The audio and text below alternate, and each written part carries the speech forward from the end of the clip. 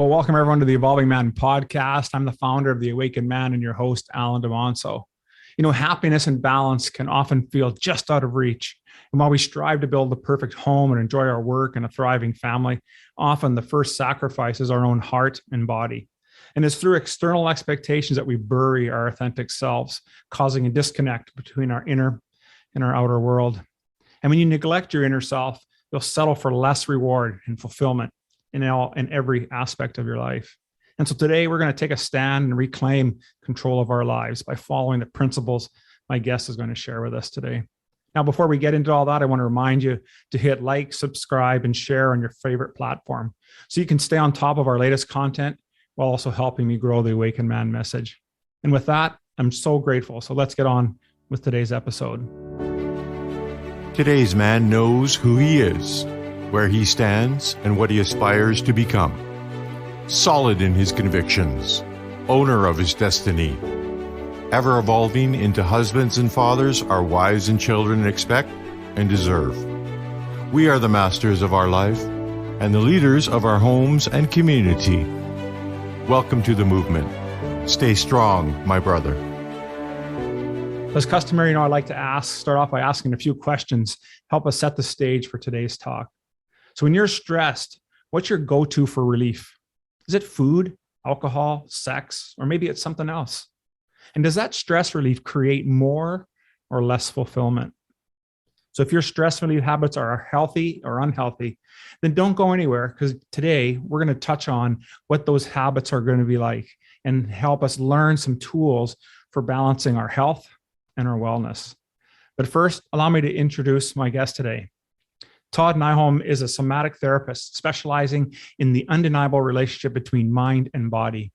His studies have made him an expert in many types of therapy, from visceral manipulation, craniosacral, to acupressure, shiatsu, and reflexology. Todd has run a somatic therapy practice since 2002 and continues his holistic education at the renowned Florida Barral and Upledger Institutes. Through his Nytality Method, he offers solutions to live a healthier and happier life. It's great to have you on the show today, Todd. How are things? Well, and I'm real excited to talk to you. I love what you're doing on your podcast. Oh, I appreciate that. Yeah, when I was doing some research and came across some of your work, I was really impressed with the stuff that you've been doing. Now, you've been doing this for almost 20 years, which is outstanding. And in our work here with the Awakened Man, we always talk about getting onto our own hero's quest or our hero's journey. So I'm going to start off with I hope is an easy one for you. How did you get to what you're doing today, and what was your hero's quest like in order getting to do the work that you're doing? Yeah, it's kind of interesting because my childhood was a bit weird for two reasons. I had some crazy health problems that showed up that I couldn't figure out for decades, and went through like 50 doctors and, went through all these different things. So I was trying to solve those problems on my own. And then this next one's a little tough to talk about, but I'll mention a little bit. Hopefully it won't be too much. But there was this crazy kind of serial killer guy that lived in my neighborhood who really was interested in me. And so trying to figure out my way around that, not being able to talk about it much because he threatened everyone I knew, and the whole experience, it kind of led me into this like really kind of a hero's journey, like specifically at a young age, is like, how do I overcome this? Trying to figure it out on my own. And so sort of a lot of the work I'm doing now is the result of being pushed by those two factors over time. So. Wow, that's crazy. I would not have expected you to talk about it being having to deal with a serial killer. My goodness. And thankfully you were able to make it through all of that. And so let's start off by also talking about your first book. Now, your first book's entitled Food, Why Do You Trouble Me So Much? And I really loved that title when I saw it. So is this about how we struggle with emotional eating and following diets? And so tell us how and why food can play such an important role in living with vitality. Yeah, it's interesting because we tend to like try to force our diet by fad diets and all these different little things. And if you can find the triggers of why you're eating, you're like, oh, I had a rough day, I'm going to go home and eat a bag of potato chips because I need the salt, right? If you look at it and you're like, oh, I saw my dad do that when I was a kid. And so I learned this habit, and it's been built over time. And when I was trying to figure out my own health problems and then try to lose weight at time, I tried every diet you could possibly imagine. And eventually I was like, okay, I got to figure this out from a different standpoint. So I made that method that's in there just to kind of fix myself. And it worked great. I lost like 50 pounds in a few months, and I've been able to keep it off. And because it was like, oh, okay, I see it now. I see why I'm doing this. I see why I'm doing that. I see where I learned it. I see how I eat this ice cream because I saw it on an episode of Friends when I was a kid, or, whatever crazy thing that kind of puts it in your head and you get used to it. So the method was specifically about kind of getting around that. And then I really did build it around how do you become more vital from your food? Because if you can figure out how you're feeling after you eat, it becomes easier to figure out what's helping you and which seems like it's helping you, but actually pushing you off what you want to accomplish. Yeah, no kidding. I really like what you're saying there, because it is so true, right? How easily that we get triggered and how those triggers just get embedded in who we are. And then we just start to act out and replay these programs, and many of them are unconscious. And so, I was just thinking about this week's been a bit stressful for me and getting stuff done. And boy, I was just dying to stop off in a fast food joint and get a greasy burger and fries. And I just thought to myself, well, what good is that going to do? In the moment, it may give me a little bit of relief, but I already know how I'll feel after. I'm going to feel guilty for having done that. Won't feel like I've done any good for myself. And so I think it's so empowering that what you're saying is so true, that we got to pay attention to how these triggers work in our life, right? Oh yeah, and they show up in that weirdest time sometimes. And sometimes you're like, well, this is a cheap, easy source of energy. And you realize you're like, oh, that's why I want these French fries, because it's easy to digest. There's a lot of salt. There's some chemistry that they put in the fries to make them taste amazing, like way better than any other French fry, because they build science to do that, and you're like, okay, I see the game. Instead, I'm going to go do X instead of that. So you replace the habit with something else, and that goes a long way. But I think we all do it on some level. Absolutely. And I think whether it's going to be junk food, fast food, like you talk about chips and that, and, and I'm, we have, my wife's more of the sweet person. She likes her sweets. And for me, I'll take something salty, and just want to dive into that. But I want to get a little bit more into talking about this healthy life ladder that you talk about, and about revitalizing the synergy between our outer and our inner world. So tell me a little bit about what this healthy life ladder is all about. Yeah. So when I was trying to kind of fix my own problems and help my own health, I started putting together a bunch of principles that I thought would ladder me to better health and to better strength and better coordination between my mind and my emotions and my body, and then my outside world, what my work is like, what my relationships are like. And so I really built it so that you could work on your inside and then have that express out into the outside. And so in my second book, Brain, Why Do You Trouble Me So Much? And I just love those titles because they make me laugh. But, I put that as the core method that was in there because I kind of desperately wanted to get it to other people like me. Like if I could have had that when I was 12, man, that would have saved me years of trying to figure it out. And I mean, the journey was great. I got a lot out of it, but if I could help someone that is like me, that would be wonderful. Yeah, no kidding. Right. And for sure, we always like the journey, or maybe we don't necessarily like it, but if we don't go through those experiences, how do we learn and how do we grow as individuals? Right. And so I think what you're saying makes so much sense. Right. And being able to develop that ladder in order to figure out how to get yourself out of the different pits that we put ourselves into. So what's a way to define compulsive external programming and reorient our inner compass in a direction that you would say would make us be and live more authentically? Yeah, it's interesting when you really start to look in your inner world at what your mind and your emotions do. It's pretty interesting to see how many things were put in there when you were young, like as a programming. So like I was mentioning before, your parents do this and your culture does that, and they do this on TV, and your teachers do these things and your older siblings do that. And pretty soon it kind of gets into your brain and you think, oh, that's me, when really it was kind of downloaded into you before you had the cognitive ability to say, man, I don't want to act that way. That's not me. I'm not that way. And everyone has that. You're probably 6 or 7 before you really get the capacity to go, well, that just seems like bullshit, and so you're like, I'm going to do something else. And so recognizing that a lot of things that you think are you were actually programming, the same way your computer gets programmed. And then you recognize it and you see it, and then you go through it and you're like, man, I don't want this. I'm not going to do that. So I'm going to replace that with this behavior over there. I don't like this. I'm going to replace that with this programming for myself. I'm going to program myself in any way. And so there's, some interesting ways to do that. And that opens up who you are. You become more authentic, you become more vital. You're more likely to say the truth that you need to say without trying to hurt people's feelings, just kind of being yourself in your own way. And you still have all that socialization because it's useful. You do need some of those programs to get along with people. So you're not living out by yourself in the middle of nowhere because no one wants to see you again, so you still have all those lessons, you just build new ones into it. Yeah, absolutely. Totally agree with that. So would you suggest then that that maybe as we look at, or as we're doing that inner work, that we're looking at the programs that actually are still working and maybe serving us and the ones that aren't? Is that kind of what you're alluding to?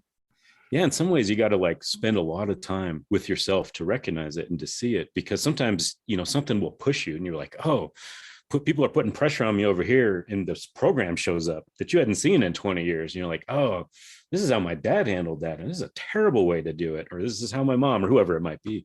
And so it's kind of constant work and constant observation of yourself to see where it's coming from. And if you're really careful to watch your emotions, you realize that there's certain things that are a program that you don't quite agree with. And so the emotion and the feeling in yourself, you'd be like, oh, that's not me. But you got to watch yourself to figure out where those things are. Yeah, absolutely. I totally love that too, because you really need to, the more conscious that we are of our emotions and how we're dealing with them really makes a difference in how we're going to express ourselves in the world, right? Oh, absolutely. Yeah, for sure. So I know you help people to overcome external stress, but how do you do that? And what's the impact of this external stress on aging for us and the longevity for our bodies and our brain?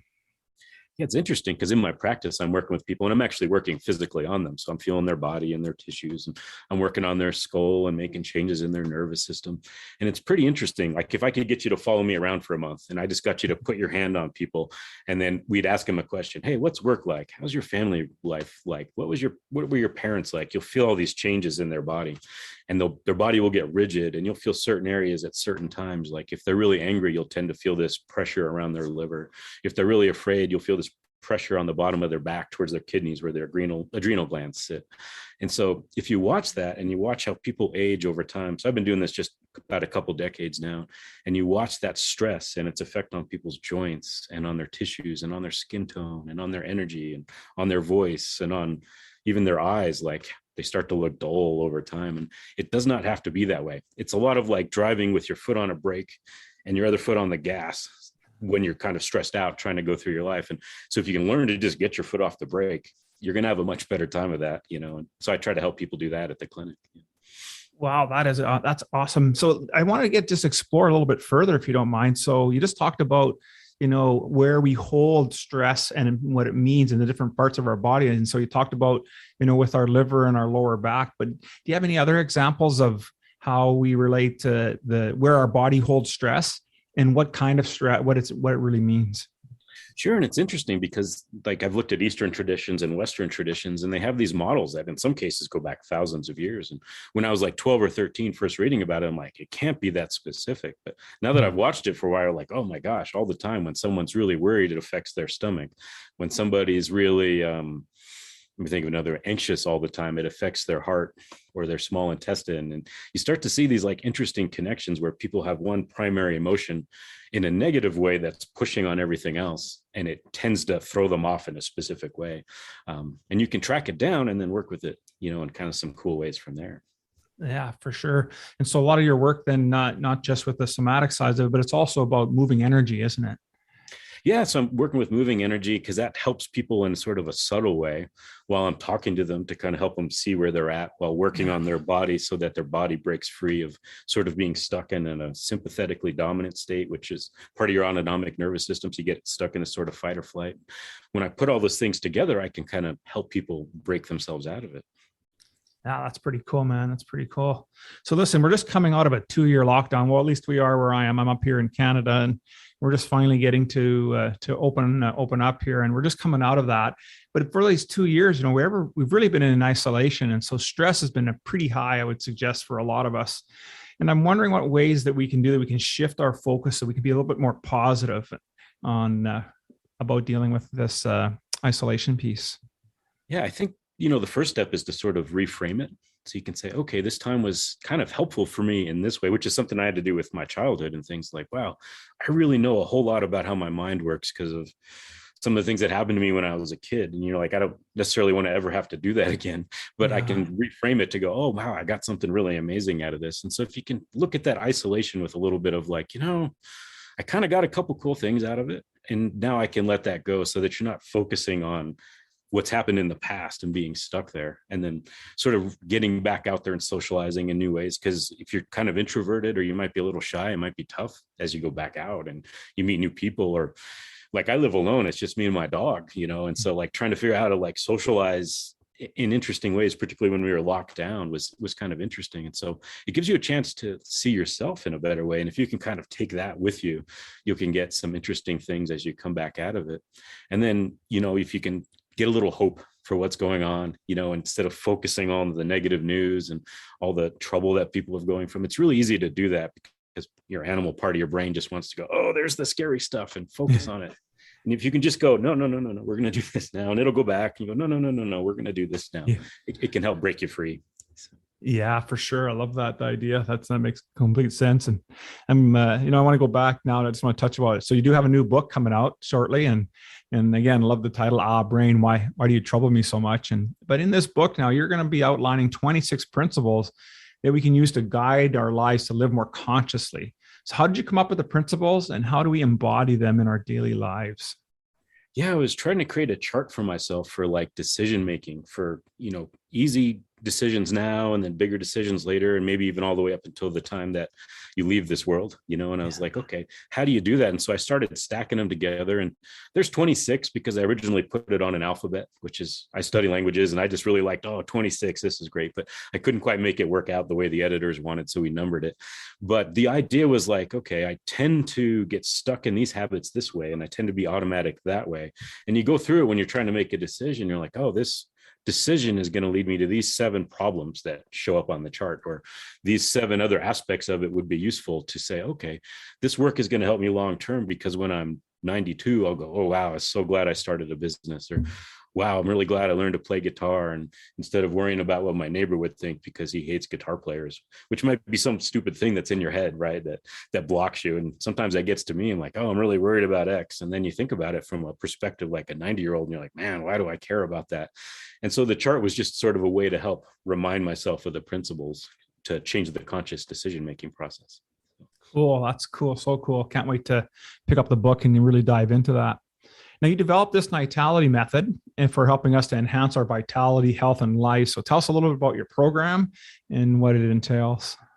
Yeah, so I've been building it literally since I was 8 and sitting in the backyard meditating, but I didn't know what that was called. It was just like, here's a way that I can work on myself where I feel great, and it gets me out of my body a little bit, and it gets me out of some of the situations. So I've been stacking all these things together until I finally got to a place where I wanted to share it with other people. And I finally got my health to a place where I feel significantly better now than at any other point. So I'm in my mid 40s and I have energy that I've never experienced in any way. And so I wanted to share that with people. And so I'm trying to figure out the best way to do it now that I've kind of completed the system, because it's really kind of large and as comprehensive as I could possibly make it. And so I'm trying to figure out the best way to get it to people. And I started with writing because I wrote at the beginning when I was still kind of sick and working through some infections I got from some surgeries. And I was like, well, I can write. So we'll start there. And so I have the 2 books that are published now, and I've got 2 other manuscripts and a 3rd one that I'm writing. And now I'm trying to get into more video and podcasting and talking to people so I can reach people who don't like to read, and who might connect to me personally, that kind of thing. So I'm working on the books, and then a website, and then a membership website so I can work with people. And then as things open back up, I'd like to get to work with people in classes and teach them some exercises directly and some meditations and give them some tools to use. So I'm really trying to find the best way to just give it away as fast as I can and kind of, build a little business around that so I can support myself while I do it. So. Absolutely. Right on. So of everything that we're talked about today, what is the one thing that you would recommend as a takeaway for our listeners to remember? Yeah, I think more than anything, the thing that's helped me the most is the ability to take part of my attention and point it at myself, and another part of my attention and put it in the outer world. So I'm talking to you and I'm looking at you and we're having our conversation. I'm making sure all the lights are here and I don't look like an idiot or anything too much. But inside, I'm also watching my mind, and I'm watching what my emotions are doing, and I'm watching what my body's doing, so that I'm as much in my picture as anything else. I don't know if you've ever played some of those 3rd-person shooter games where you can toggle in and out, so your character's there and then your character's not there. So this is kind of like, how do you put yourself in your own frame?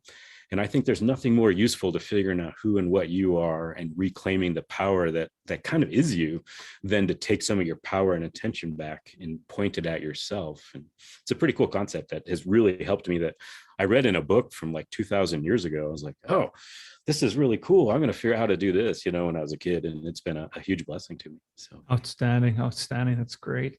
So I just want to say thanks, Todd, for spending some time with me today and remembering that all the stuff that we shared here today. But I wanted to know, how can our listeners get a hold of you? And do you have what's coming up that you're working on that they could programs they could participate in? Sure. So I originally called my method the Nyholm Vital Life Method, which is way too long. And so one of my editors was like, why don't we shorten it? So I took the NY from my last name and replaced the VI in vitality. So I called my system the Nytality Method. So if you want to find me, if you look up my website, it's just nytality.com. I'm working on a YouTube channel and some TikToks to get some other information out there, but I'm going to link everything through the website and build it up that way. And then when I get to the chance to teach classes and work with people a little more directly, that'll all be there. That's, all stuff you can just go look at pretty easily there. Right on. Well, I want to say thanks so much for spending time with me today. This is great information, and I'm sure I'll put all the contact info, the website, and that into the show notes, so all the listeners have an opportunity. They can get a hold of you and spend some time working with you. That'd be I think be the best thing.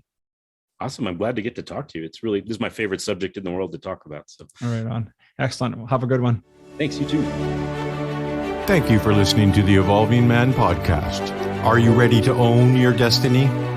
To become more the man you are destined to be? Join the brotherhood that is The Awakened Man at theawakenedman.net and start forging a new destiny today.